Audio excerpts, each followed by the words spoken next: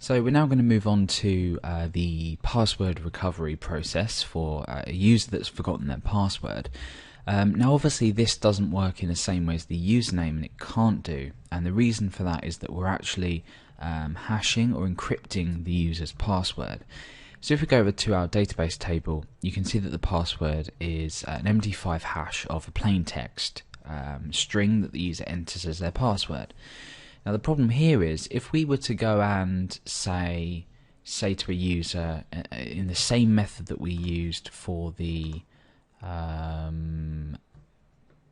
here we grab the user data, if we for example said password, this would just deliver an MD5 hash to them, and we can't obviously decrypt it. It's a one-way algorithm unless we brute force it, but that would be silly. You know, we need some other way to do this, and the way to recover a password is to first of all give the user a new password, so reset their password.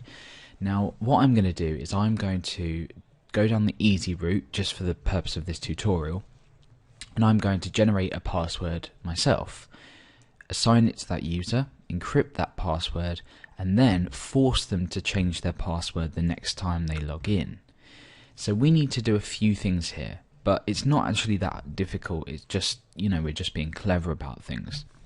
So the first thing to do is actually, in terms of this here, well, we don't really need to do anything because we've got if mode equals password, recover password.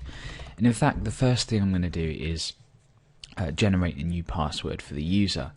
Now I'm not really going to be creative here. I'm basically just going to use not a clever trick, but just a couple of things just to generate a password. So what I'm going to do is I am going to say generated underscore password is equal to, I'm going to use the rand function, and this generates a random number between a specific set of numbers. So I'm going to say between 999 and 999999, and then I'm going to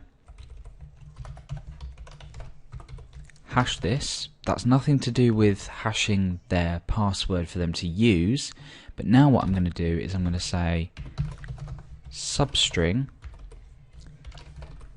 starting from the point 0, so the first character, and I'm going to chop off the first 14.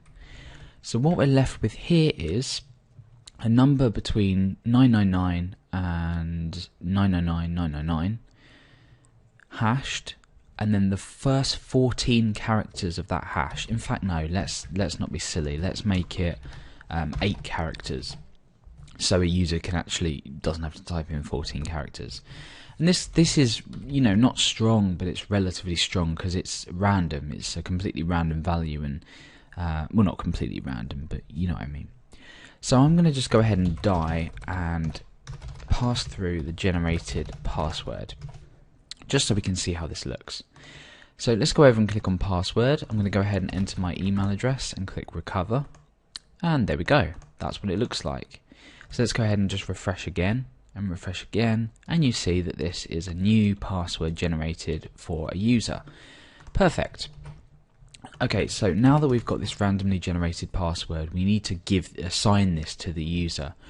Now we already have the update user function here, and we can actually take advantage of this.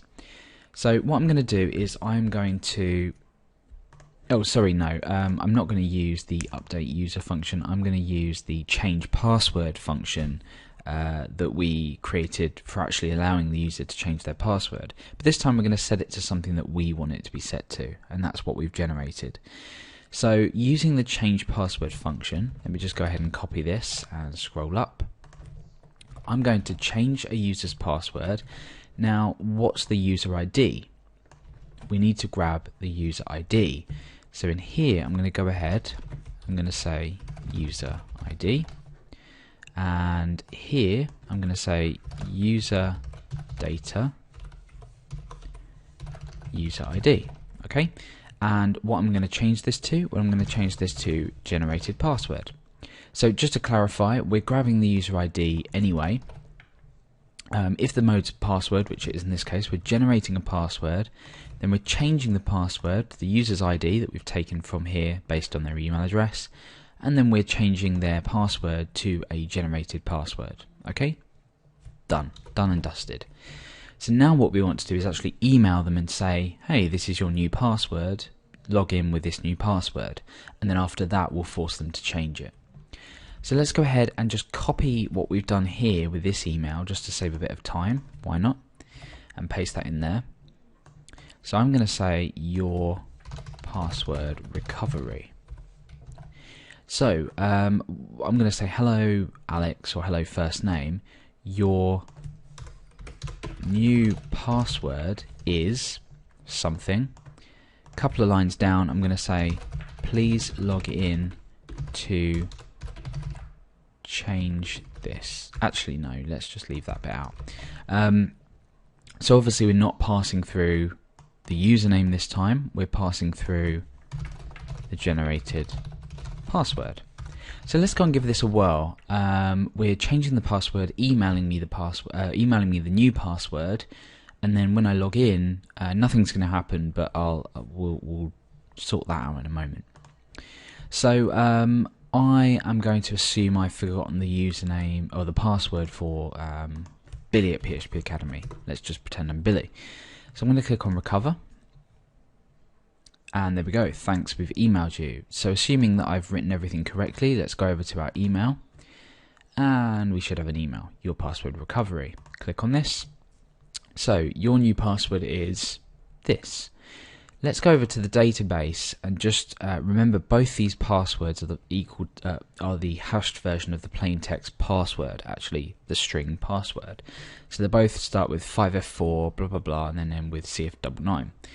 So if I click browse, you'll now see that the password here has changed, and this is the hashed version of the password that I generated for this user. So now this is the new password. So we go through the same process of entering this. This is technically the plain text password. When I paste it into here, when I log in, so Billy, paste, this is then encrypted to MD5, an MD5 hash. Compared to this, if it's equal, then we log ourselves in, and there we go, we're done, we're logged in, we've recovered our password, and now we have this password. Now the problem here is we actually are just allowing the user to have this generated password, and most people would much prefer to force a user to actually change their password once this generated password's been sent to them. So in the next part of the video we are going to be actually forcing this user to change their password when they log in for the first time, and it forces them off to the change password page.